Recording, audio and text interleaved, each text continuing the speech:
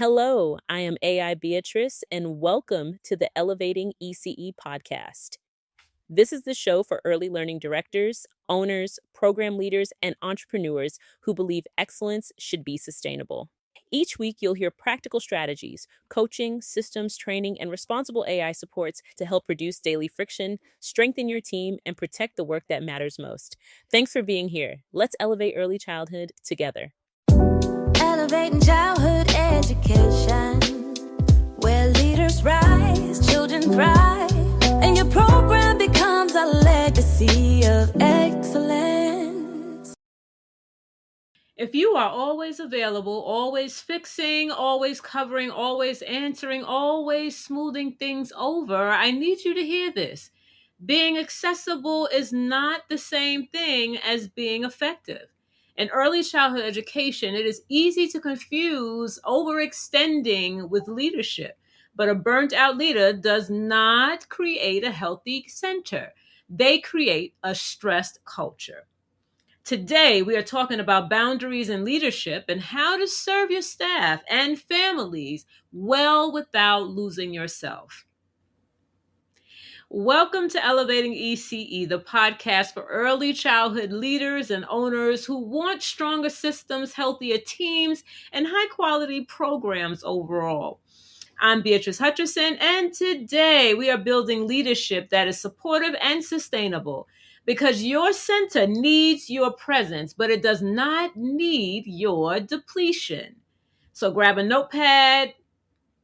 This episode is practical, and we'll give you some practical tips on how to implement effective boundaries.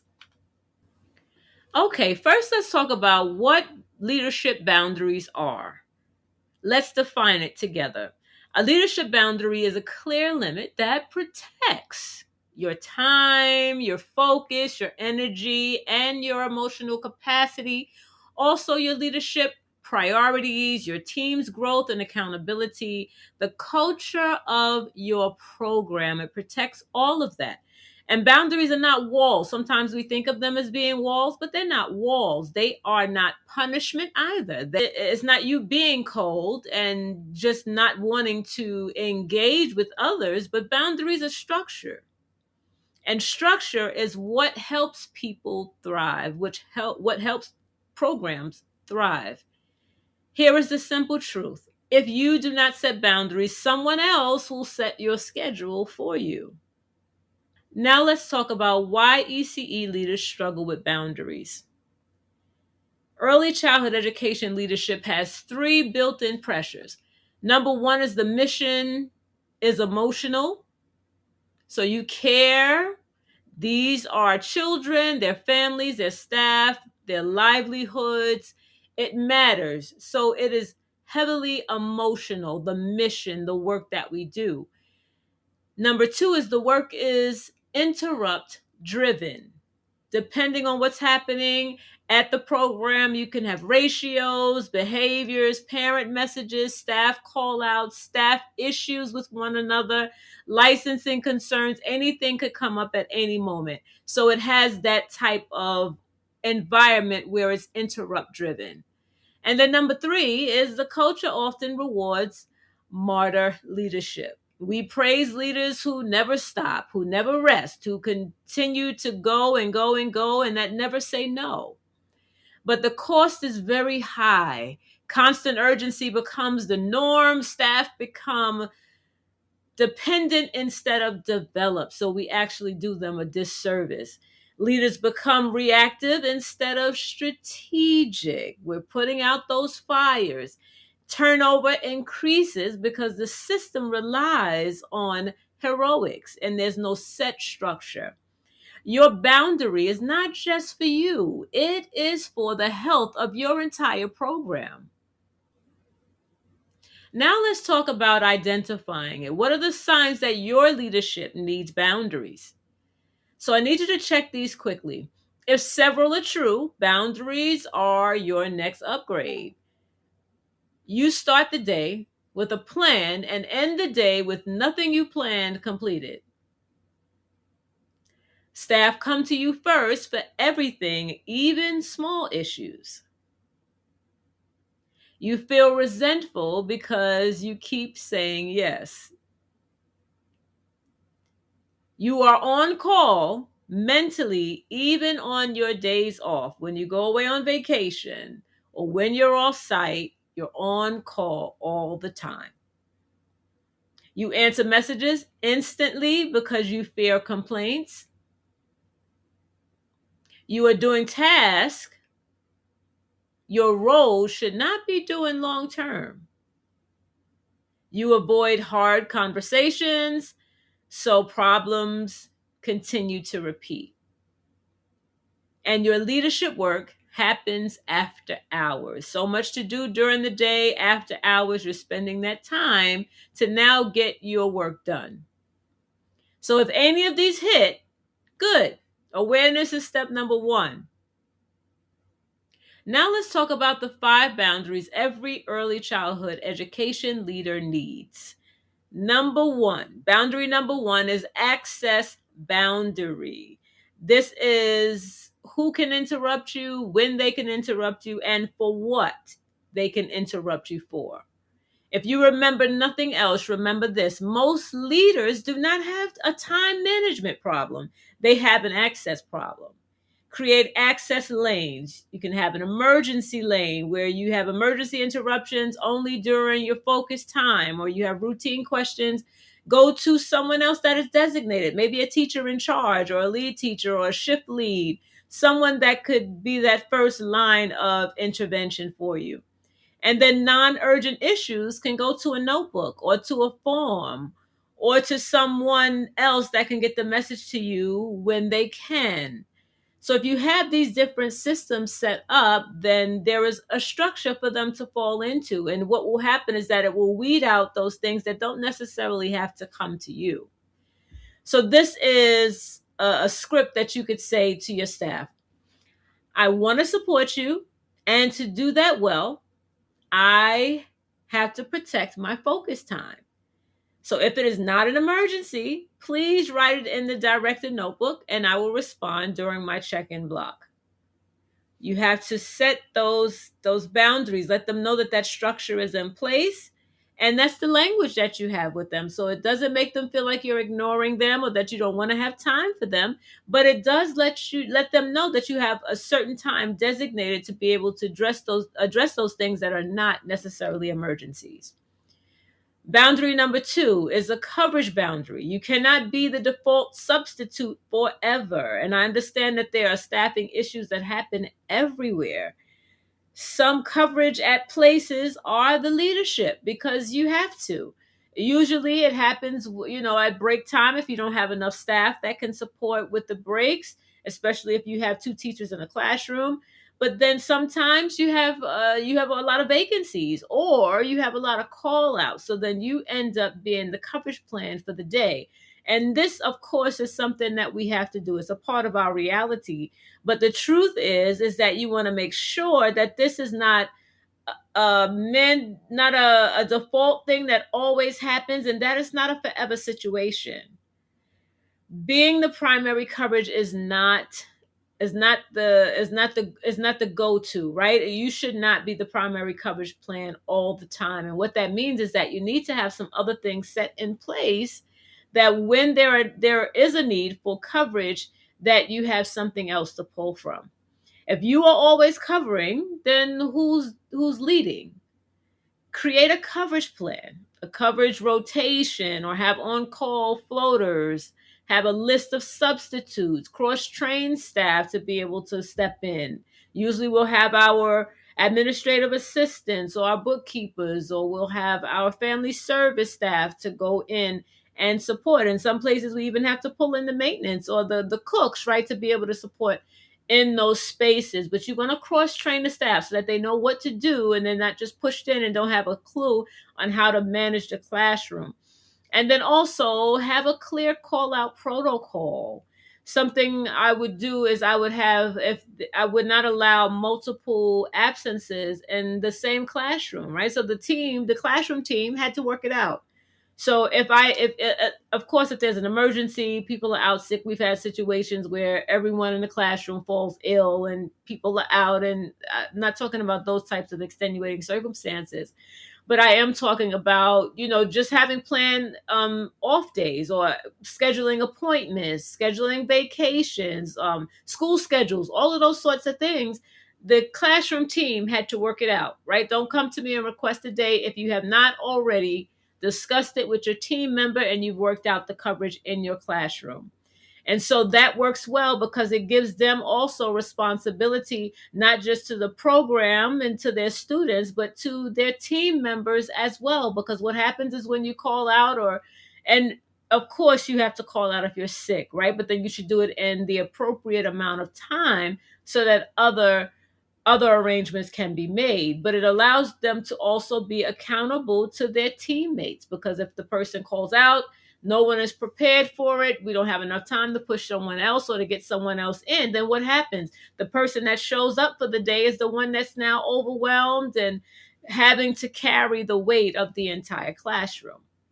So this is a script that you could say: I will step in for emergencies, but our goal is a sustainable coverage system that does not depend on one person. So that lets them know that, okay, I will do it in an emergency situation, but this is not going to be my forever. We'll have a plan that we can put in place that we could utilize in those types of situations. Boundary number 3, communication boundary. These are the response windows and the channels. So you can pick one main channel for parent communication. Set response window. So an example of this would be for the non-urgent messages, they're answered within 24 business hours. Urgent child safety issues, addressed immediately. So you see how there's a difference there. And this is a script that you could give to parents. We respond to non-urgent messages within 24 business hours. For same-day urgent needs, please call the front desk so that they know they can access you immediately. This reduces anxiety and stops you from living in your phone. Boundary number 4. This is the emotional boundary. You can care without carrying everything. Leaders often absorb everyone's stress. They carry the burden of all of their staff members, the things that they're dealing with in their families that they've shared to the director. Also, the weight of making sure that operations run as it should, that enrollment is what it needs to be, that attendance is what it needs to be. In addition to that, you have your families, and the families go through issues and have situations that you're always carrying all of these different things. So you're carrying everyone else's stress, not to mention what's happening in administration, not to mention what's happening with the funder. All of these different things cause stress, and we absorb it all, and we carry it all. But you don't have to take everything on. You don't have to take on the staff moods and parent frustration and complaints that are really about someone's personal day, right? Something that doesn't really, they are not an emergency. They are not something that has to be handled right away. It's not something that has to stop everything and be addressed immediately. When it does, we handle those appropriately, but that's not every situation. A healthy emotional boundary sounds like, I hear you. That sounds frustrating. Here is what we can do next. It provides empathy plus direction, right? We do that with our students. We acknowledge their feelings, right? So we give them that empathy, but then, okay, what are we going to do? We're not going to stay here. We're not going to sulk here, but what are we going to do? So it's the empathy plus the direction, and not empathy plus ownership, right? But empathy to give direction. Boundary number 5. This is the role boundary. Stop doing work that steals leadership. If you are doing tasks that someone else can do with some training, you are stealing time from only what you can do.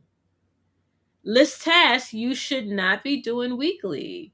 Things like constant supply runs, daily classroom cleaning, routine billing follow ups if the admin or the bookkeeper can't handle it, rewriting the same parent messages over and over again, sending out announcements, being the one responsible for putting out flyers. These things can be tasked and delegated to someone else to support with a little bit of training. So not everything do you have to do, and man, you can prepare others to be able to do it in your stead. That will alleviate or ameliorate some of the issue or some of the weight that you're carrying, give you the time that you need to be able to do your leadership work. So ask yourself, what system replaces me here? Is there a system that I can put in place?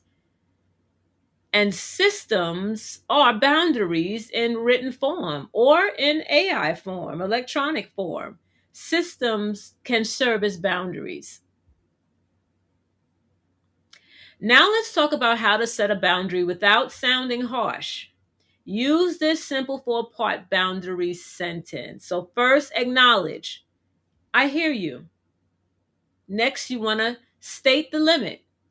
Here is what I can do. Then give the process. Here is how we handle that. And then lastly is the follow through. If it happens again, this is the next step.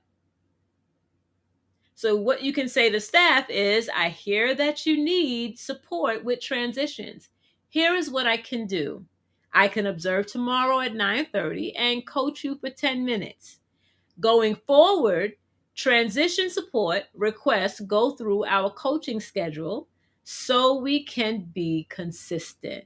So you see how that gives a lot of structure to say that I understand that you need my help, right? You're feeling like this is an urgent matter, so I can address it, and but moving forward, this is what we're going to do, right? And even with the saying what I can do, you put structure around it. It's a time frame that I will be able to come in, and then what I'll do as a result of my observation, right? But then from there, moving forward, we won't handle it in this manner. It'll go through the developed system for it.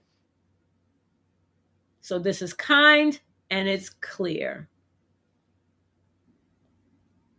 All right, and so in just sharing my screen here, I want to give us a few things to look at. And so this is how we set boundaries, just to give you some quick practical tips.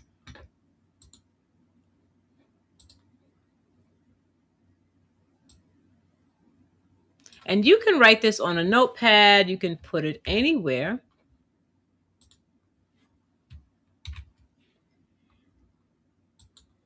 And we'll actually call this my boundary plan.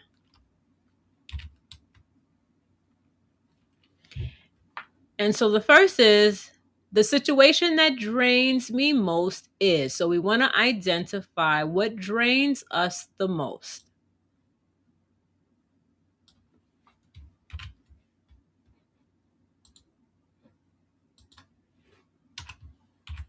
And then we want to say the boundary I am setting is.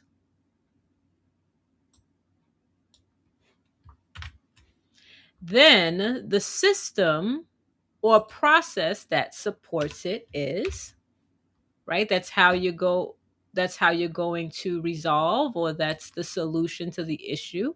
And then it's going to be my script is.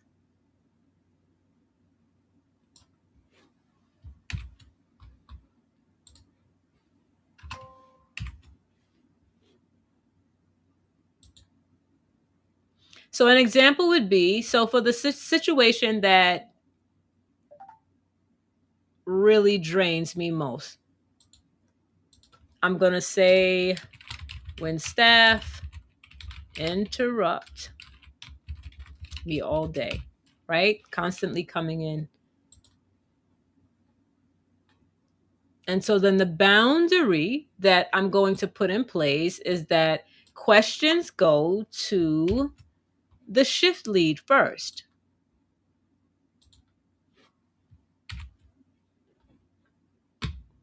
or I'm going to say go to, if you have an assistant director or teacher in charge, it goes to them first. And then the system or the process that I'm going to put in place, right? Because this is our example. I'm going to have a director's notebook for non-urgent issues.